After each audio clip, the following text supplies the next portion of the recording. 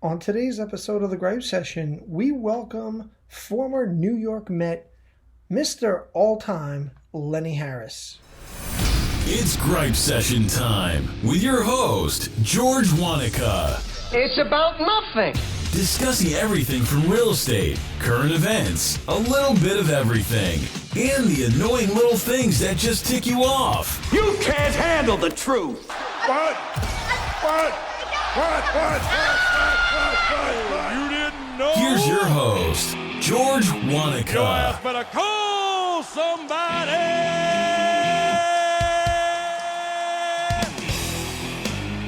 What's up, everybody? How we doing today? Welcome to today's edition of the Gripe Session Podcast. And today we do have a special guest.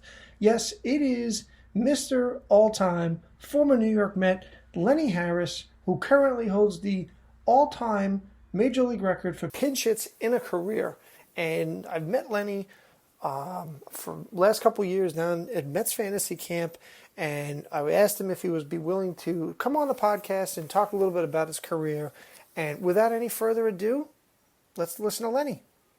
Okay, well, hopefully, ladies and gentlemen, you are home like I am.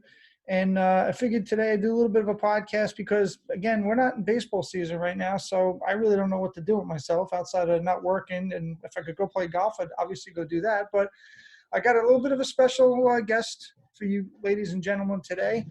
I've got all-time Mr. Lenny Harris, formerly of the New York Mets and a bunch of other teams on the line today, and met Lenny down in fantasy camp down in Port St. Lucie the last couple of years, and Lenny was good enough to come on the podcast today, and just want to welcome him. So, Lenny, what's going on, bud? Ain't nothing much, man. Just trying to get rid of this bad weather we got here, and hopefully everybody can get back to work, enjoy themselves. Good, man. Go from there. Yeah, let's go Mets. So you're down in Miami now, right? Yeah, back in Florida where I was born and raised at. Okay. Just trying to take it one day at a time like everybody else. Great. So, Lenny, just as a, for a lot of people that don't know, your entire career, give everybody, a little bit of an idea of how you came up, how you got to the big leagues, and kind of go from there.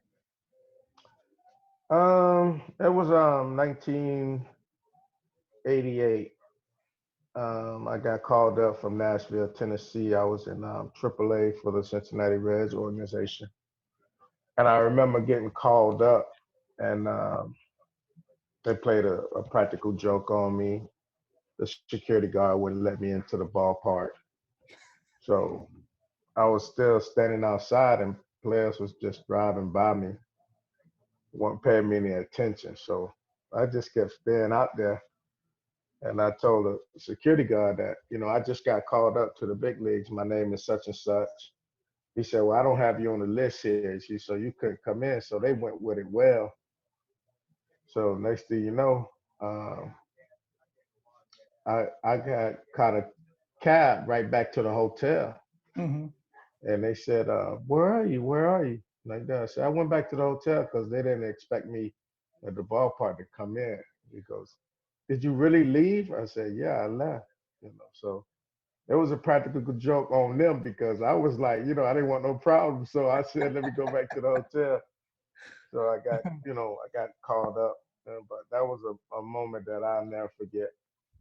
That's great. So now I know you play with a number of teams. How many total teams did you play with during your career, Lenny? 8 teams. 8 teams.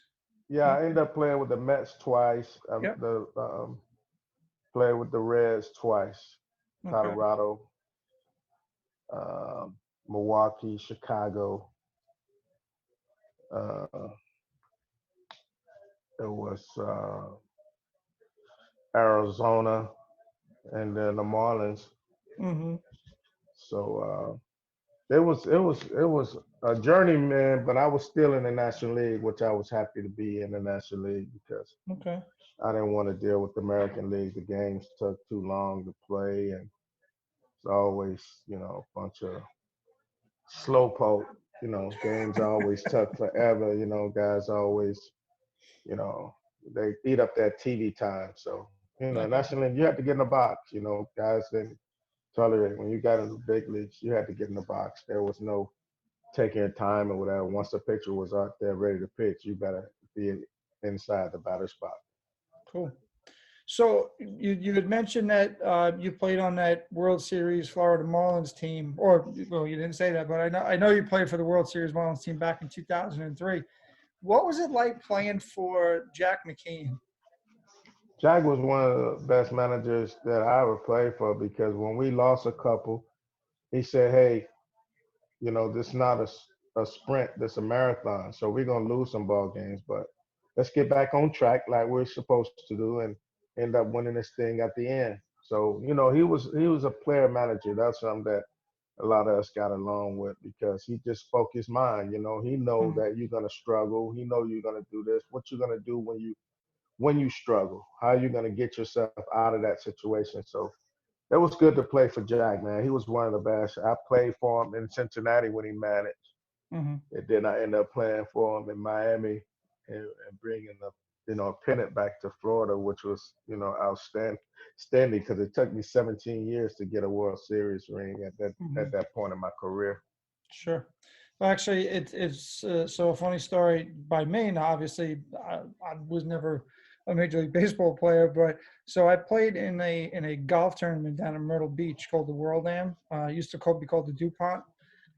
And there's one you play 4 days. And the first day I played with this guy, I rode in the same cart with him and everything. And I noticed he was from Washington, D.C.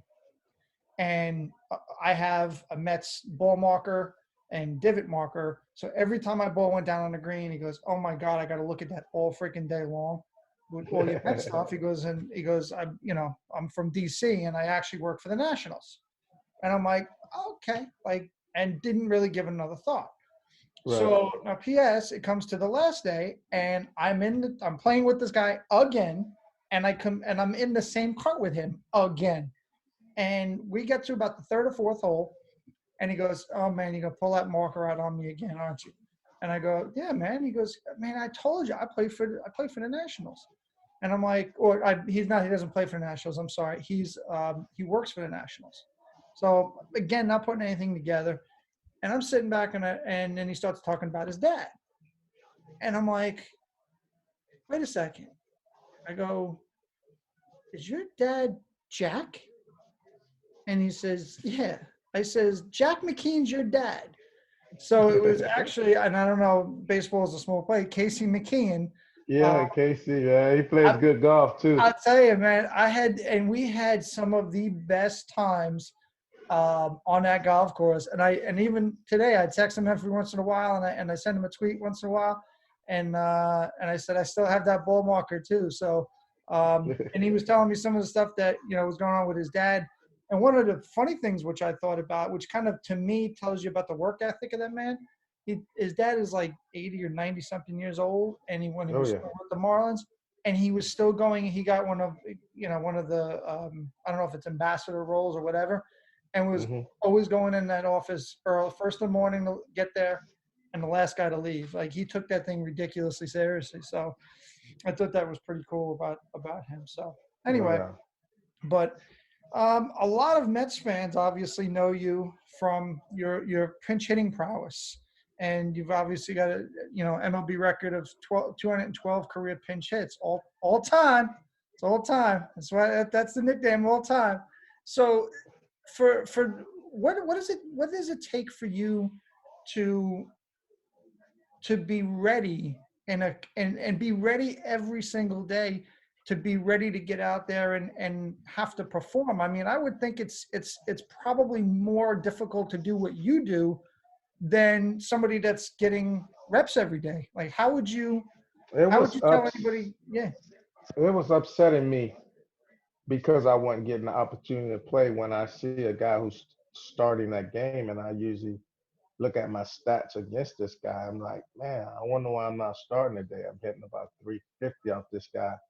So I used to always use that as ammo for myself. I said, man, I can't believe I'm not playing today. I used to always be upset when I didn't play. So it kind of had me towards, feeling a little anger when I went out there and play just to keep showing the manager that, you made a mistake not putting me in this game today, and stuff like that. So that's one of my mentors that I kept with me to keep me motivated because sometimes you can get on that bench and really just fall apart, Yeah. just you say, you know what, I just don't care, man. And it happens because it takes one little thing in Major League Baseball for you use your confidence, and next thing you know, you'll never be the same again. So it Oh, does happens to a lot of players. They wonder why they don't back, you know, like, have back-to-back seasons or, come back from the season they had last year. A lot of them have one good year, and next thing you know, you don't hear about them no more. But that's something that you have to keep intense about this game. It's easy for you to lose your confidence, but once you lose that confidence, it's hard getting it back. so how did you, now obviously that's the mental preparation. How did you, from a physicality standpoint, how did you physically prepare when, I stay ready all day. It's just I'm always doing something. You'll barely see me on the bench or something like that. I'm always downstairs riding a bicycle or I'm hitting in the cages down below.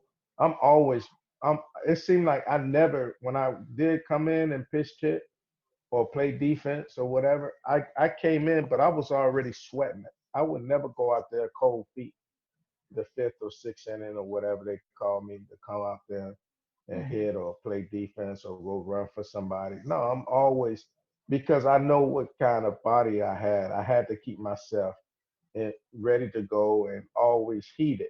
I just want to feel like I was warm enough so I didn't pull any muscles and things like that, just in case I had to beat a infield single out or something like that. But I always stayed ready.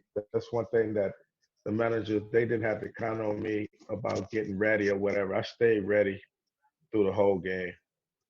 okay, great.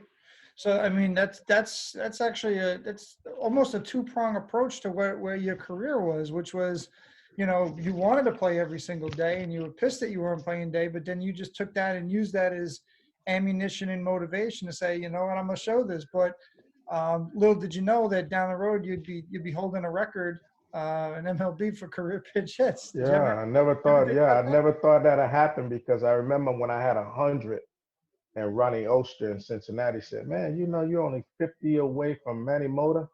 I said, "Who the hell is Manny Mota?"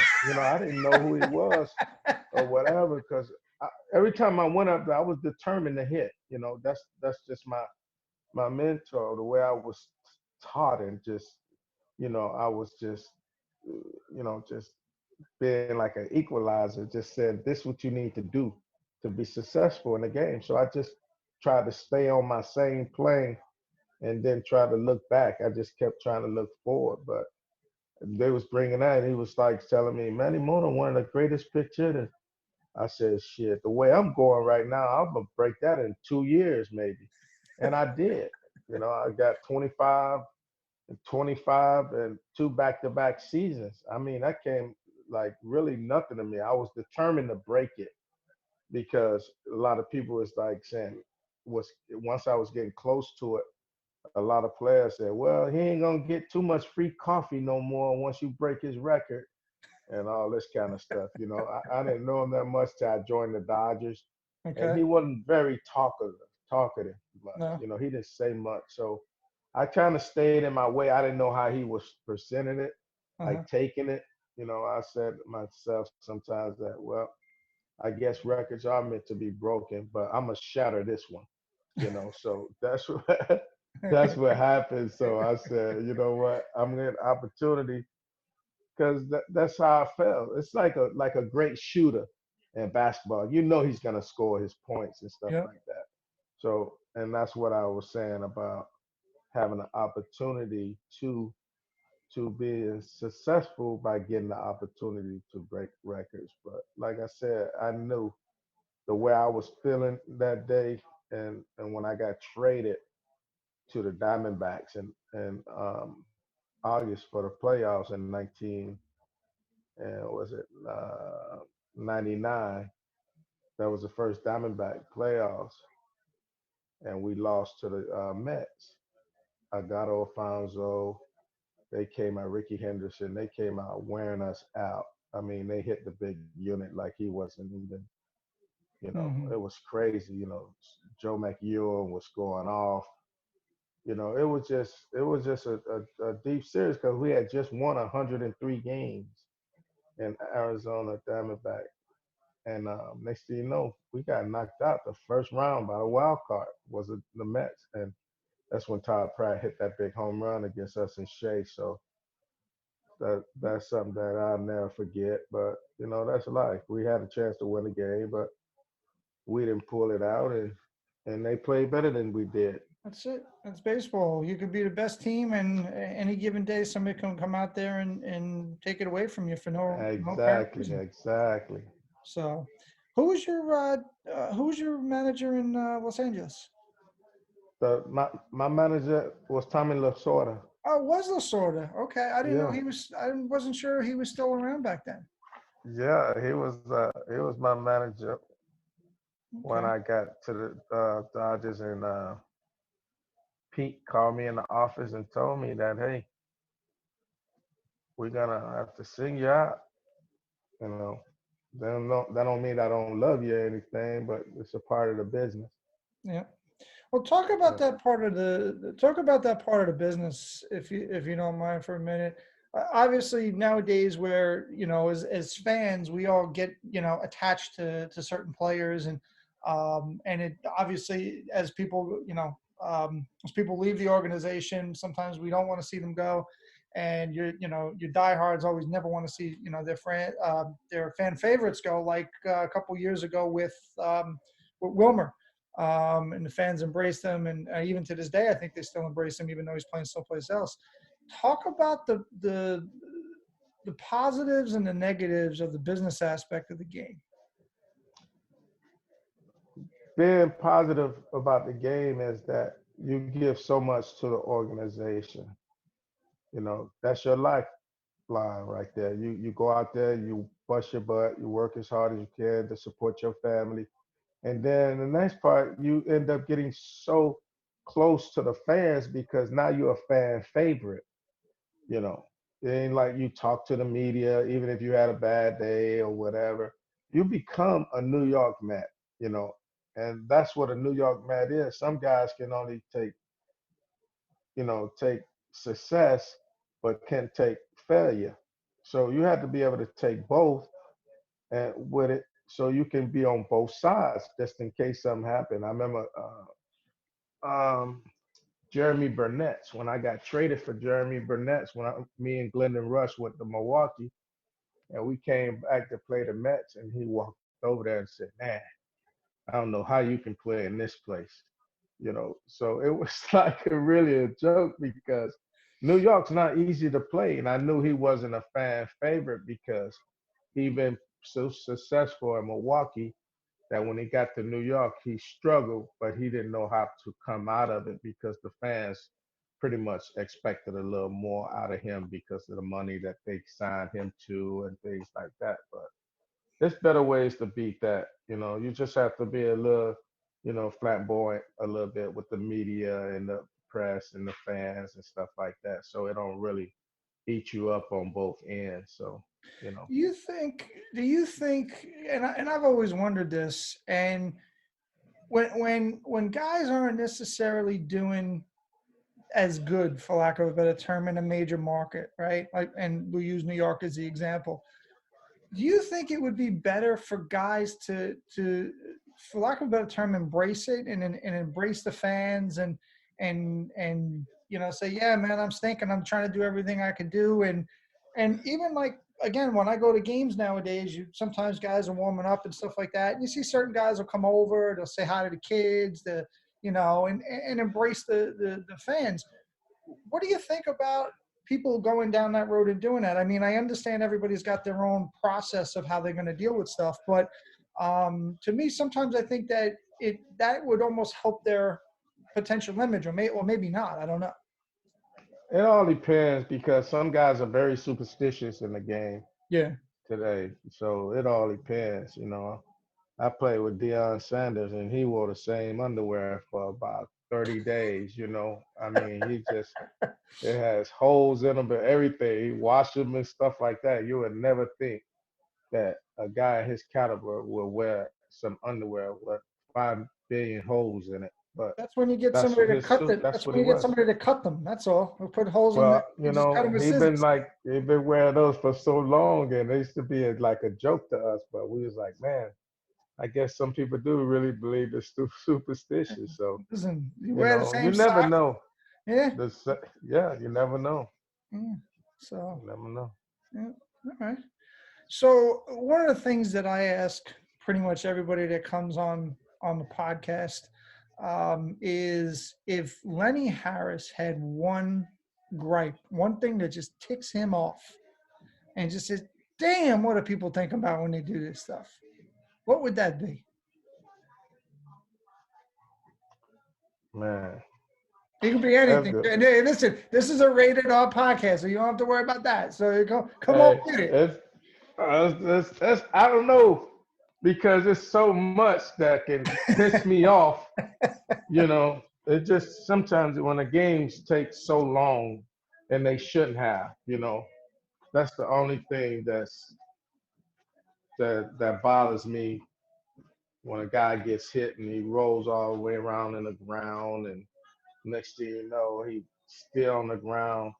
And we think they're gonna take him out of the game, and then he gets up and walk around and he goes to the bases. You know, that kind of shit drives me nuts. You know, so As the expression, you know, as a certain fantasy camper would say, "Walk it off, Deke." yeah. I don't know, I don't know if you know who I'm talking about, but Yeah, that was one of Brewer's famous lines. Walk it off, Deke. yeah, work it off, geek.